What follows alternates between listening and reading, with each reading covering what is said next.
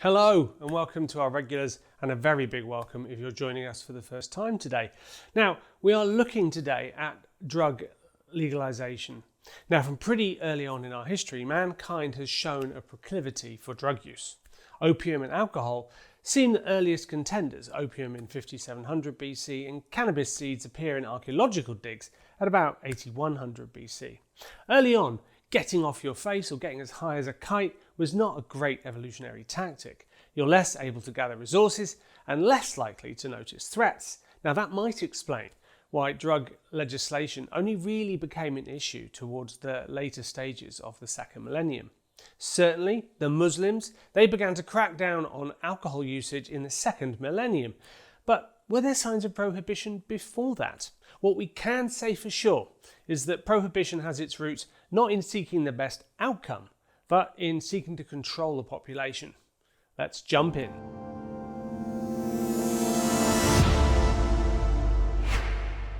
Now, there are few things that unite all cultures from all points in history as drugs do.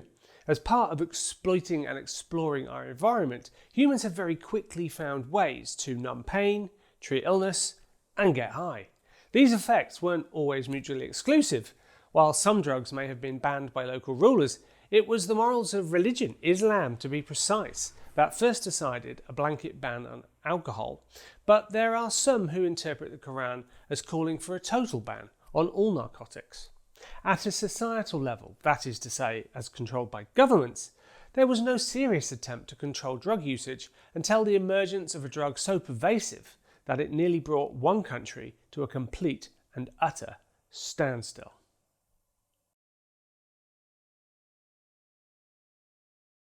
So come the 19th century, opium had been known, traded and used as a medicinal and recreational drug for thousands of years. But as the 19th century dawned, something odd happened. Thanks largely to British colonial rule and supremacy in open seas trading and pretty vicious strong-armed tactics with the locals, the opium market slowly became controlled by the British-based East India Company. Now, they exported Indian-grown opium into China. Over time, by the midpoint of the 19th century, the import into China had grown from 200 chests, each carrying about 65 kilograms of opium, to 10,000 chests. The massive usage of opium began to bring the whole of Chinese society to its knees.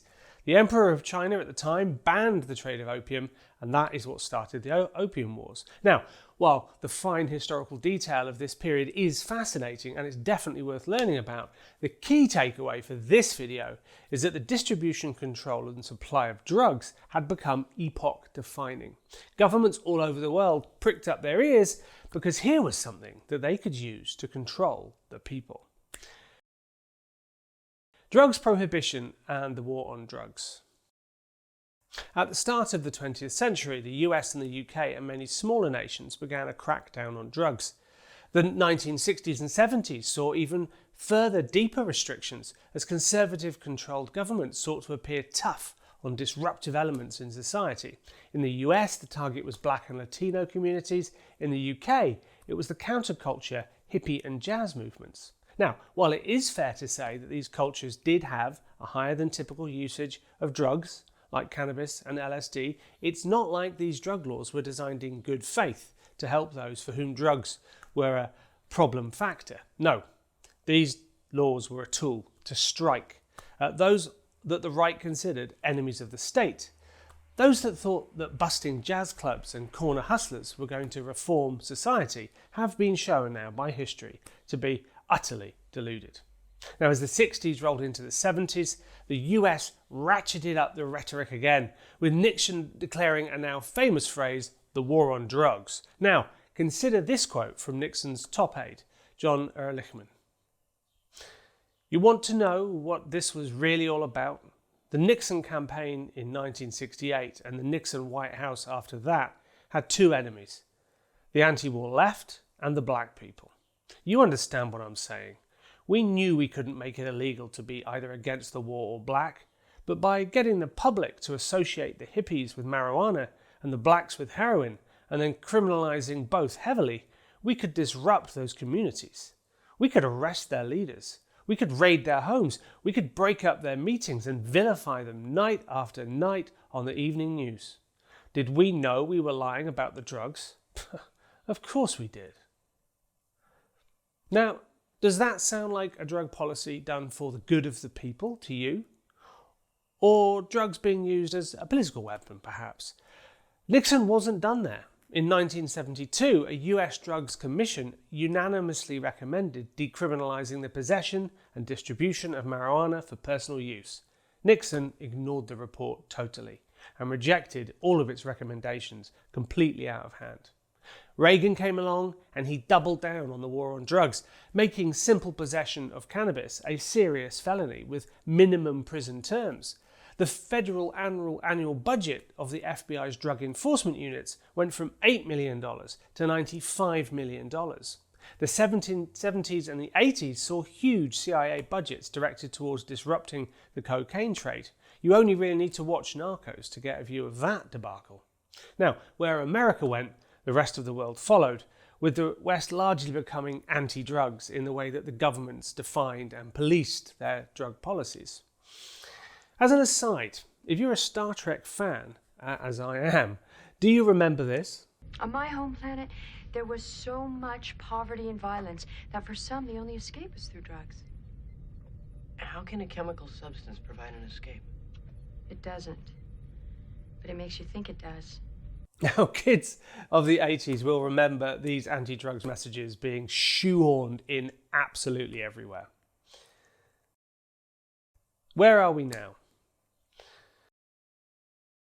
So as the Y2K bug and the hangovers from millennial parties faded, governments began to reconsider their stance. In the first 10 years of the century, many countries began the process of decriminalization. Portugal in 2001, Peru in 2003, the Czech Republic in 2010, Colombia reaffirmed its position in 2011, Croatia in 2013. They joined Costa Rica and Spain as long-term advocates of a decriminalized approach. The data is in, and decriminalization is a win-win. The results suggest that a policy change implemented in Portugal helped decrease the number of heroin and cocaine seizures. It saw a decrease in the number of offences and drug-related deaths, and a reduction in the number of clients entering treatment for drug addiction. Who would have thought that destigmatizing drug use and helping those who become addicted could have such a positive effect? Certainly not the conservative politicians of the 20th century, who all seem to have made the problem much, much worse than it had to be.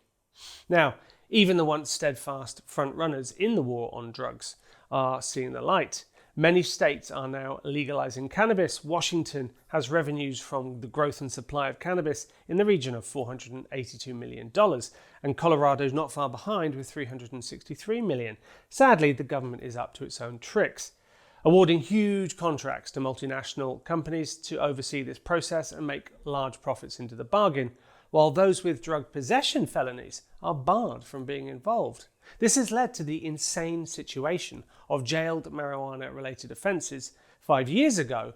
Those people now leaving jail and being unable to open a legal shop selling the same product that they were just jailed for selling, all while the big US businesses get richer. If you're a US citizen, that should make your blood boil with anger. So it would seem that we're at the start of a new tolerance to drugs and those who use them.